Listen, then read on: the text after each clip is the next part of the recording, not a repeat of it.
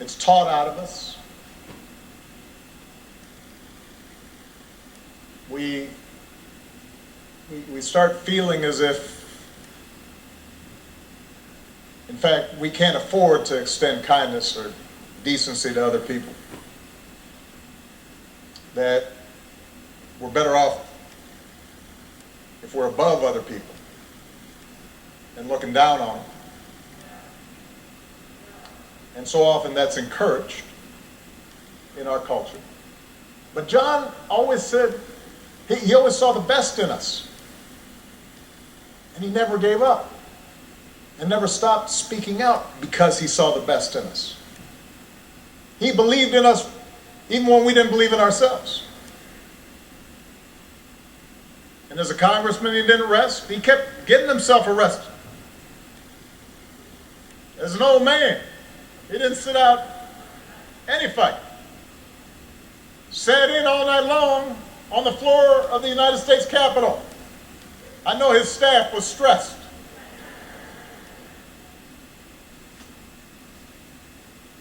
But the testing of his faith produced perseverance. He knew that the march is not over, that the race is not yet won, that we have not yet reached that blessed destination where we are judged by the content of our character. He knew from his own life that progress is fragile, that we have to be vigilant against the darker currents of this country's history, of our own history, with their whirlpools of violence and hatred and despair that can always rise again. Bull Connor may be gone,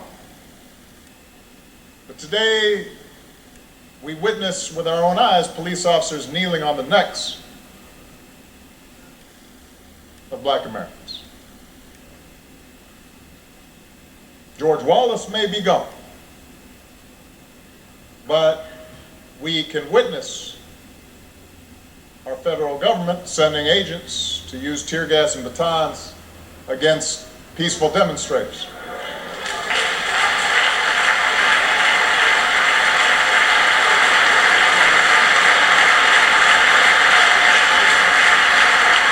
We may no longer have to guess the number of jelly beans in a jar in order to cast a ballot. But even as we sit here, there are those in power who are doing their darndest to discourage people from voting by closing polling locations and targeting minorities and students with restrictive ID laws and attacking our voting rights with surgical precision, even undermining the Postal Service in the run-up to an election that's going to be dependent on mail-in ballots so people don't get sick.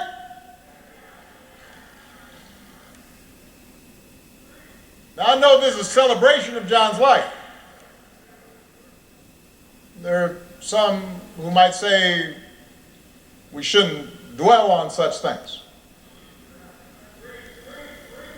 But that's what I'm talking about. John Lewis devoted his time on this earth fighting the very attacks on democracy and what's best in America that we're seeing circulate right now.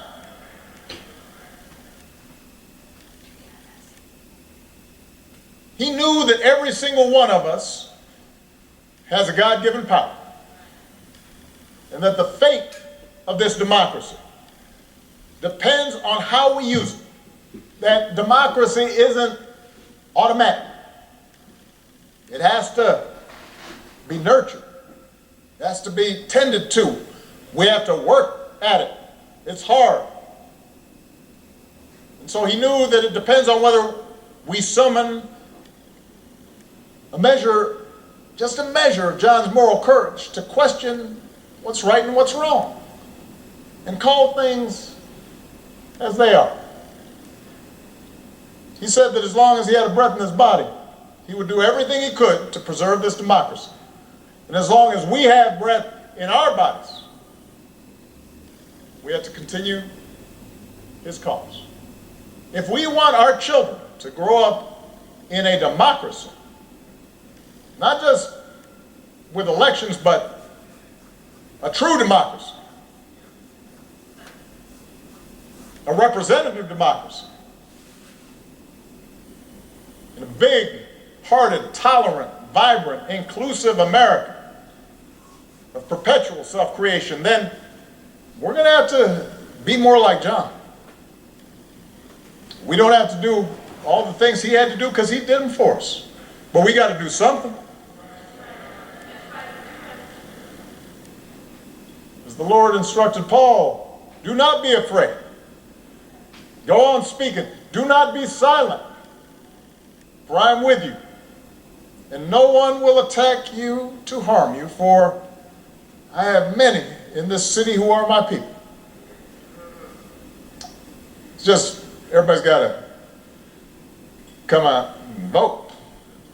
We got all those people in the city, but they can't do nothing. Like John, we've got to keep getting into that good trouble. He knew that nonviolent protest is patriotic, a way to raise public awareness and put a spotlight on injustice and make the powers that be uncomfortable. Like John, we don't have to choose between protests and politics. It's not an either-or situation. It's a both-and situation. We have to engage in protests where that's effective, but we also have to translate our passion and our causes into laws, institutional practices. That's why John ran for Congress 34 years ago. Like John, we've got to fight even harder for the most powerful tool that we have, which is the right to vote. The Voting Rights Act is one of the crowning achievements of our democracy. It's why John crossed that bridge. It's why he spilled his blood. And by the way, it was the result of Democratic and Republican efforts. President Bush, who spoke here earlier, and his father signed its renewal when they were in office.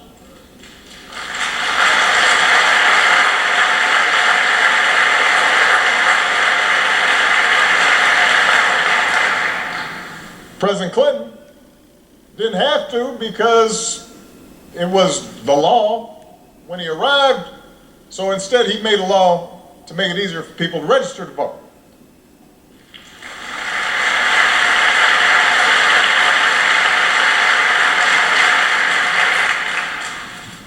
But once the Supreme Court weakened the Voting Rights Act,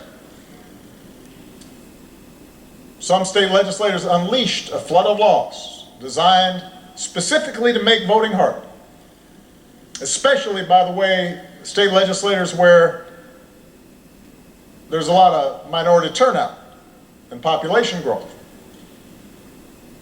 That's not necessarily a mystery or an accident.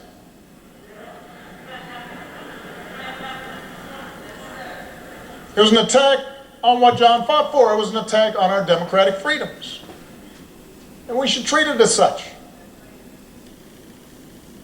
If politicians want to honor John, and I'm so grateful for the legacy and work of all the congressional leaders who are here, but there's a better way than a statement calling him a hero.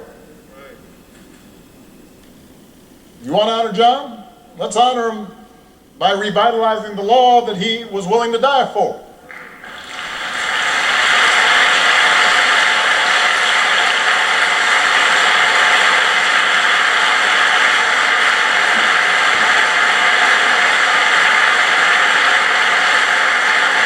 And by the way, naming it the John Lewis Voting Rights Act, that is a fine tribute. But John wouldn't want us to stop there, just trying to get back to where we already were. once we pass the John Lewis Voting Rights Act, we should keep marching to make it even better by making sure every American is automatically registered to vote, including former inmates who've earned their second chance. By adding polling places and expanding early voting and making Election Day a national holiday, so if you are somebody who's working in a factory, or you're a single mom who's got to go to her job and doesn't get time off, you can still cast your ballot by guaranteeing that every American citizen has equal representation in our government, including the American citizens who live in Washington, D.C. and in Puerto Rico. They're Americans.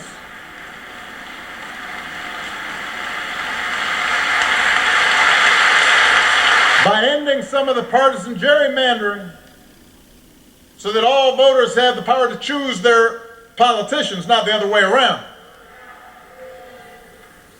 And if all this takes eliminating the filibuster, another Jim Crow relic, in order to secure the God-given rights of every American, then that's what we should do.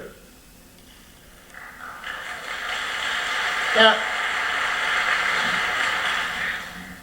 even if we do all this, even if every bogus voter suppression law is struck off the books today,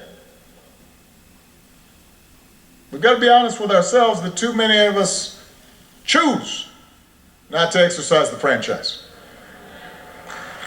Too many of our citizens believe their vote won't make a difference, or they buy into the cynicism that, by the way, is the central strategy of voter suppression, to make you discouraged, to stop believing in your own power. So we're also going to have to remember what John said. If you don't do everything you can do to change things, then they will remain the same.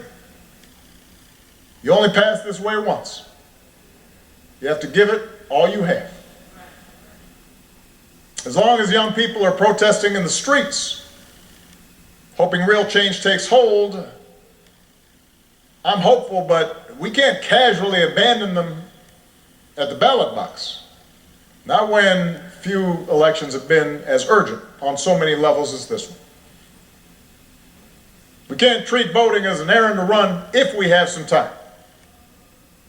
We have to treat it as the most important action we can take on behalf of democracy. Like John, we have to give it all we have.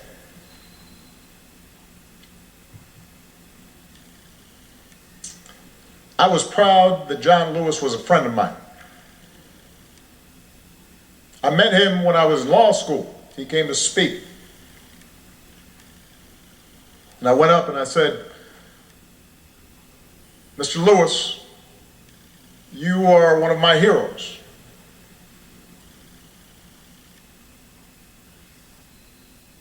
What inspired me more than anything as a young man was to see what you and Ernest Lawson,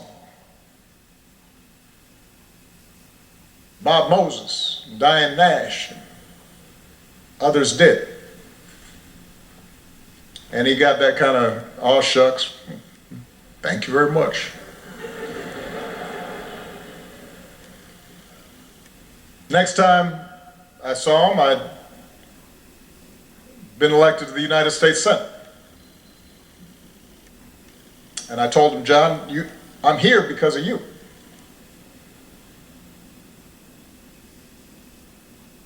And on Inauguration Day in 2008, 2009, he was one of the first people I greeted and hugged on that stand. And I told him, "This is your day too." He was a good and kind and gentle man. And he believed in us. even when we don't believe in ourselves. And it's fitting that the last time John and I shared a public forum was on Zoom. And I'm pretty sure neither he nor I set up the Zoom call because we didn't know how to work it. There's a virtual town hall with a gathering of young activists who had been helping to lead this summer's demonstrations in the wake of George Floyd's death. And afterwards I spoke to John privately, and he could not have been prouder to see this new generation of activists standing up for freedom and equality. A new generation that was intent on voting and protecting the right to vote. In some cases, a new generation running for political office. And I told him, all those young people, John, of every race and every religion, from every background and gender and sexual orientation, John, those are your children. They learned from your example, even if they didn't always know it. They had understood through him what American citizenship requires, even if they'd only heard about his courage through the history books. By the thousands, faceless, anonymous, relentless young people, black and white, have taken our whole nation back to those great wells of democracy which were dug deep by the founding fathers in the formulation of the Constitution and the Declaration of Independence. Dr. King said that in the 1960s, and it came true again this summer. We see it outside our windows in big cities and rural towns, in men and women, young and old, straight Americans and LGBTQ Americans, blacks who long for equal treatment, and whites who can no longer accept freedom for themselves while witnessing the subjugation of their fellow Americans.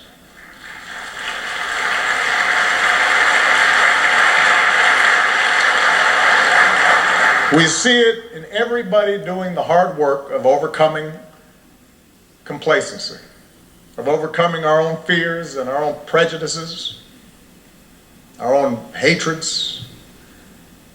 You see it in people trying to be better, truer versions of ourselves. And that's what John Lewis teaches us. That's where real courage comes from. Not from turning on each other, but by turning towards one another. Not by sowing hatred and division, but by spreading love and truth. Not by avoiding our responsibilities to create a better America and a better world, but by embracing those responsibilities with joy and perseverance, and discovering that in our beloved community, we do not walk alone. What a gift John Lewis was. We are all so lucky to have had him walk with us for a while and show us the way. God bless you all. God bless America. God bless this gentle soul who pulled it closer to its promise. Thank you very much.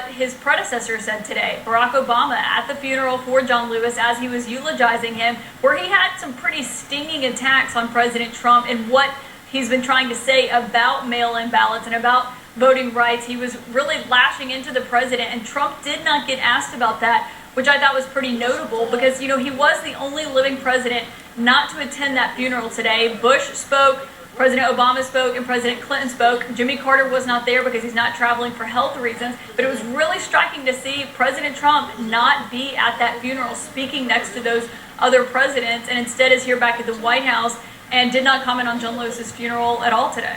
Yeah, and John Harwood, it was the words of the former president, Barack Obama, at that funeral. He didn't mention the president by name, but it was clear who he was addressing those words to. At one point saying, even as we sit here, there are those in power who are doing their darndest to discourage people from voting by closing polling locations and targeting minorities and students with restrictive ID laws and attacking our voting rights with surgical precision, even undermining the Postal Service in the run to an election. It's going to be dependent on mail-in ballots so people don't get sick. They will get sick in the middle of a coronavirus pandemic if they have to go to polling stations and wait in line with a lot of people around there on Election Day, November 3rd. Potentially, it's very, very dangerous.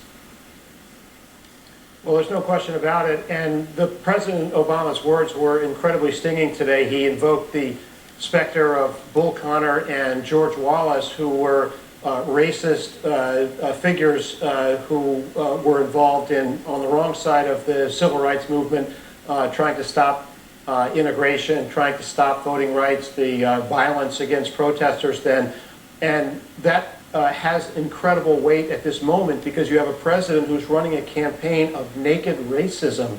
He yesterday revoked a fair housing regulation and linked it, fair housing, that is racial integration, to crime and low-income people. He's tweeted out somebody saying white power. This is stuff that would be jolting even in John Lewis's era, but now it is incredibly out of step with where the American people are.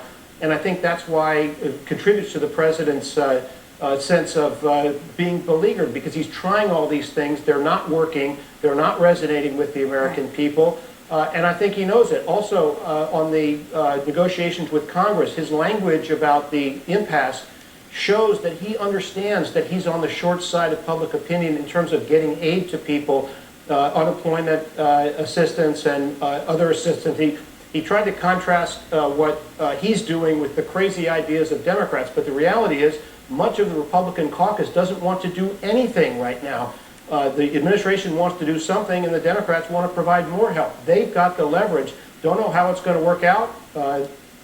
If I have done all I can to demonstrate that the way of peace, the way of love and nonviolence is the more excellent way, now it is your turn to let freedom ring.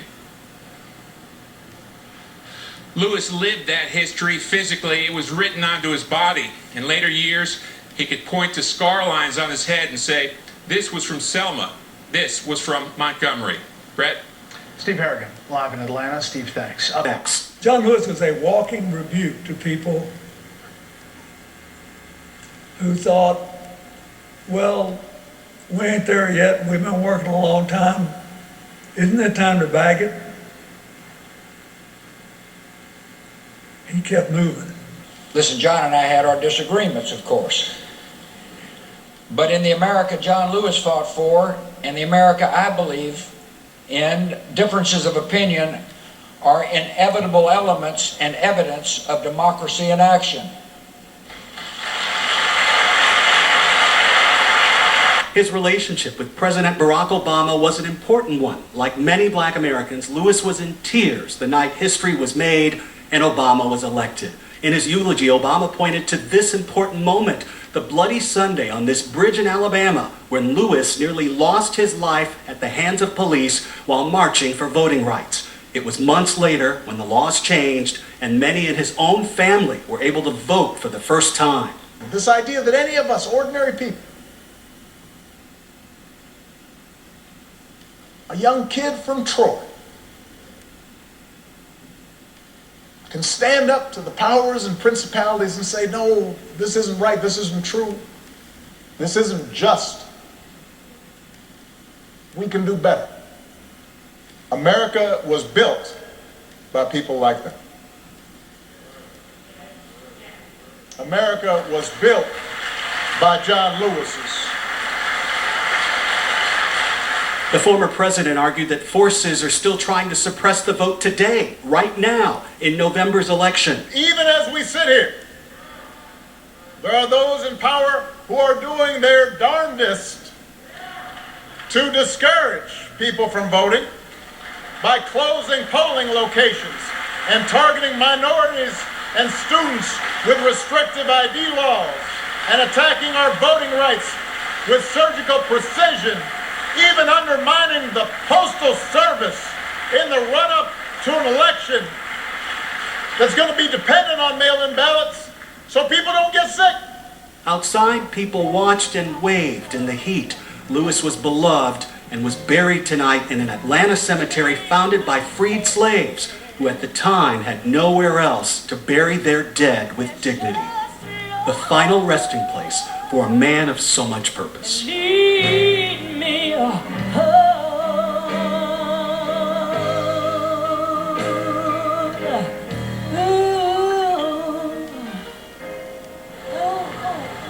And Steve Osunsami with us here in Atlanta tonight. And Steve, I know you have interviewed John Lewis along the way, and there were so many gathered outside the church here, as you know. One woman telling me in a word that he was humble, direct, and that he fought right until the very end.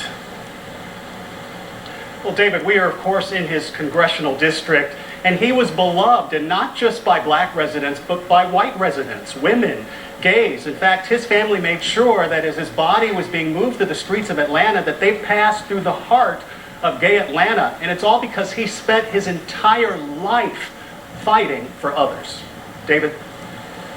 Steve Osunsami leading us off tonight. Steve, thank you. And just hours before the service began, President Trump, who did not attend, did send out a tweet suggesting that Election Day be delayed. It set off a firestorm, even Republican leaders jumping in and quickly to try to put this to rest. Here's Terry Moran tonight on that. No president has ever said anything like it, but President Trump, behind in the polls with a cratering economy and a pandemic out of control, tweeting today, with universal mail-in voting, 2020 will be the most inaccurate and fraudulent election in history. It will be a great embarrassment to the USA. Delay the election until people can properly, securely, and safely vote. Later, the president tried to explain what he meant. Do I want to see a date change? No, but I don't want to see a crooked election. This election will be the most rigged election in history if that happens. That's a flip-flop. In April, Trump said this. I never even thought of changing the date of the election. Why would I do that? November 3rd. It's a good number. No, I look forward to that election. Trump's statement today about delaying an American election was shot down immediately by Democrats and Republicans. Senate Majority Leader Mitch McConnell in an interview in Kentucky. Never in the history of the country, through wars, depressions, and the Civil War, have we ever not had a federally scheduled election on time. But Joe Biden has been warning for weeks Trump might try to use the pandemic to delay or delegitimize the election. It's my greatest concern, my single greatest concern. This president's going to try to steal this election. This is the guy who said that all mail-in ballots are fraudulent, voting by mail, while he sits behind the desk in the Oval Office and writes his mail-in ballot to vote in the primary. And Terry Moran with us tonight. And Terry, I know amid all this talk about mail-in ballots and election security, that ABC News did reach out to election officials in all 50 states, Democrats and Republicans, about whether they're concerned about mail-in voting. That's right, David. We've heard from 27 of those top election officials across the country, and not one of them, Republican or Democrat, has expressed any concern that mail-in voting would cause any significant fraud in their state. In April, former Vice President Joe Biden predicted the president would try to move the election. The president's tweet came as John Lewis, a man who spent his life fighting for voting rights, was laid to rest. Democratic Representative James Clyburn, a longtime friend, called the president's suggestion of a delayed election the most despicable affront to Lewis's memory and legacy. Despite questioning the safety of holding an election during coronavirus, the president continues to push for schools to reopen, saying there isn't much risk to children. The younger, the better. Amazing. The immune system. For children, the lower they are in age, the lower the risk. The president was asked during that briefing tonight if, given the outbreaks of coronavirus in Major League Baseball, can he really assure people that schools will be safe? The president responded by saying, "Can you assure anybody of anything?" Nora. Ben Tracy from the White House tonight. Thank you, Ben. The former president, Barack Obama, as well as George W. Bush and former President Clinton eulogizing the late Congressman John Lewis. Take a listen to former President Obama at one point in that eulogy.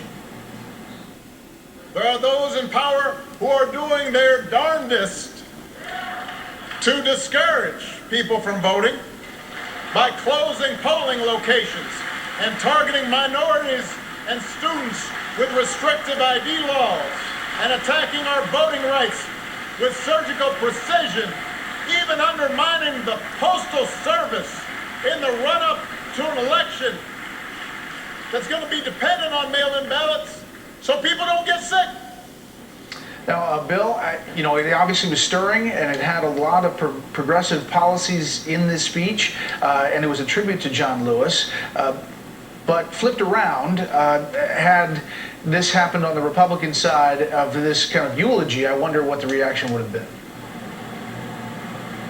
No, we don't have to wonder. We know it would be a lot of, condemnation. I have to say, John Lewis did incredibly brave things early in his career, was a real champion.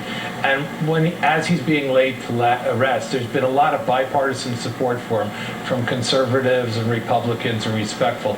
And I have to say, I compare that to the reaction, at least that I saw on Twitter, to Herman Cain's death, which seems, some of it is so repellent, suggesting he deserved it. I mean, two extraordinary men who lived quite extraordinary lives. And it's just dispiriting to see that kind of difference. Yeah, and the celebration of John Lewis's life over the past few days has been inspirational. Look. When he decided to run for office, Lillian was his chief advisor, in on every major decision I made. She got in there and became his best defender, his best ally, his best supporter, and would jump on people if they had critical things to say about John. Lillian died in 2012 on New Year's Eve, 45 years to the day that she met her husband. I think he's ready to go see Lillian again. John and Lillian's first home was a small home here in Atlanta, and they never moved away. Tonight, they are reunited for eternity. We'll be right back. This portion of the CBS...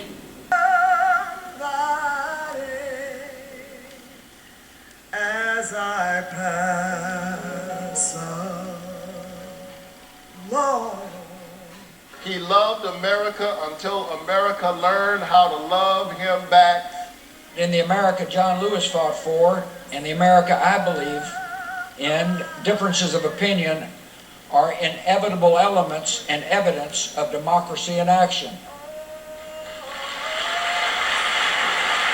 We got our last letter today on the pages of the New York Times. Keep moving. It is so fitting on the day of his service, he leaves us our marching orders. Keep moving. It was a double rainbow over the casket. And for us, it was, we waved goodbye when he started to leave us. He was telling us, I'm home in heaven. At an early age, we recognized the wrong under which we were forced to live, and we swore to God that by God's grace, we would do whatever God called us to do in order to put on the table of the nation's agenda. This must end. Black Lives Matter. America was built by John Lewis's. Someday when we do finish that long journey towards freedom, when we do form a more perfect union. Whether it's years from now or decades, or even if it takes another 2 centuries, John Lewis will be a founding father of that fuller, fairer, better America. What a gift John Lewis was. We are also lucky to have had him walk with us for a while and show us the way.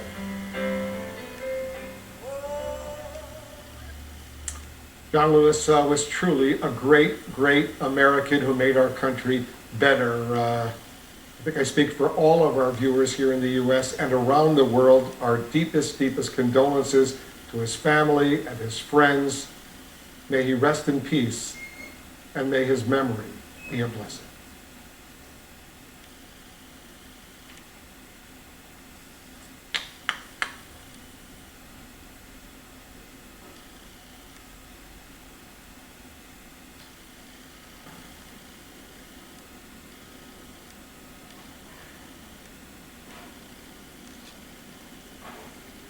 Tonight, remembering the man who changed America. Congressman John Lewis, honored as a nonviolent warrior who fought for true peace. 3 former presidents there paying tribute to the man who crossed bridges and broke down barriers. Barack Obama calling him the founding father of a better America, a man who liberated all of us on the battlefield of justice. Plus, Lewis's own powerful message published today.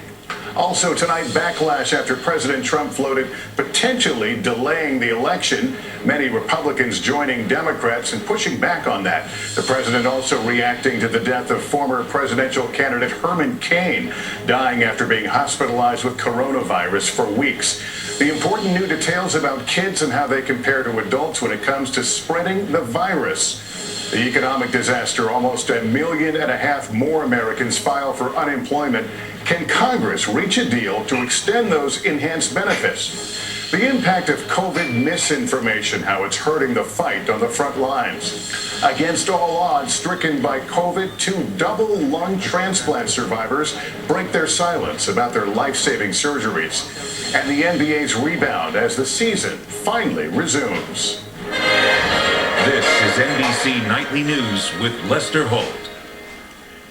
Good evening, everyone. The civil rights struggles of both history and today were the backdrop for a powerful send-off for Congressman and civil rights giant John Lewis. 4 former presidents paying tribute, 3 of them in the room as family, friends, and colleagues gathered in Atlanta's historic Ebenezer Baptist Church to praise the man who nearly lost his life in the fight for voting rights.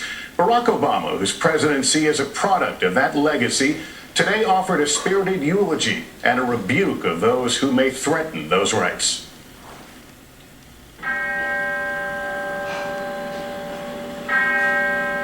Inside the Atlanta church where Martin Luther King Jr. once preached. He loved America until America learned how to love him back. We celebrate John Lewis. A powerful send-off for a man who was right there with him, fighting for freedom. Thank you, oh God, for this great man who lived among us, who now joins the great cloud of freedom fighters. Only what you do for Christ will last. John Lewis, born in tiny segregated Troy, Alabama, the son of sharecroppers, celebrated today by presidents, including the first black president, who says he was elected standing on Lewis's shoulders. On Inauguration Day in 2008, 2009, he was one of the first people I greeted and hugged on that stand. And I told him, this is your day too. Former President Obama, one of many today, calling to strengthen the Voting Rights Act that Lewis championed. You want to honor John? Let's honor him by revitalizing the law that he was willing to die for. And while not naming him, launching a forceful attack against President Trump. George Wallace may be gone, but we can witness our federal government sending agents to use tear gas and batons against peaceful demonstrators. John Lewis's own words also echoing in that church. In the extraordinary essay he submitted to the New York Times just before his death, published this morning, his message to those marching now. While my time has come to an end, he wrote, I want you to know that in the last days and hours of my life, you inspired me. Emmett Till was my George Floyd. He was my Rayshard Brooks, Sandra Bland, and Breonna Taylor. Ordinary people with extraordinary vision can redeem the soul of America by getting in what I call good trouble, necessary trouble. Though I may not be here with you, I urge you to answer the highest calling of your heart and stand up for what you truly believe. It is so fitting on the day of his service, he leaves us our marching orders.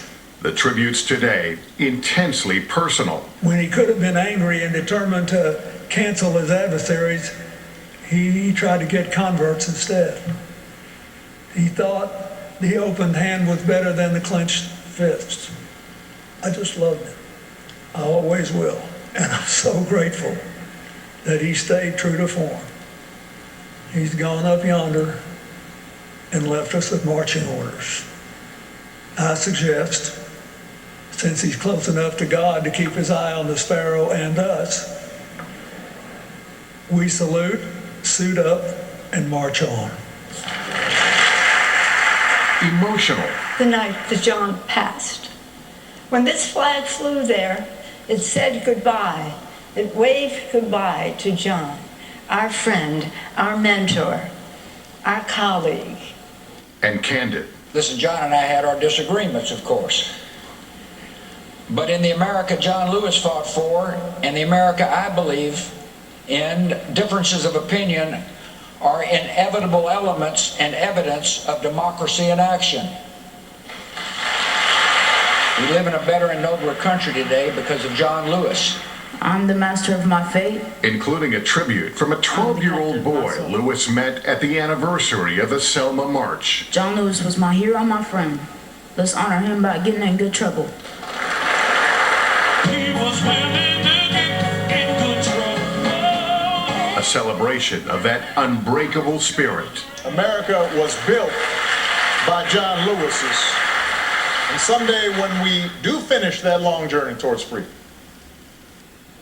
when we do form a more perfect union, whether it's years from now or decades or even if it takes another 2 centuries, John Lewis will be a founding father of that fuller, fairer, better America. John Lewis is being laid to rest alongside his wife of 44 years, Lillian.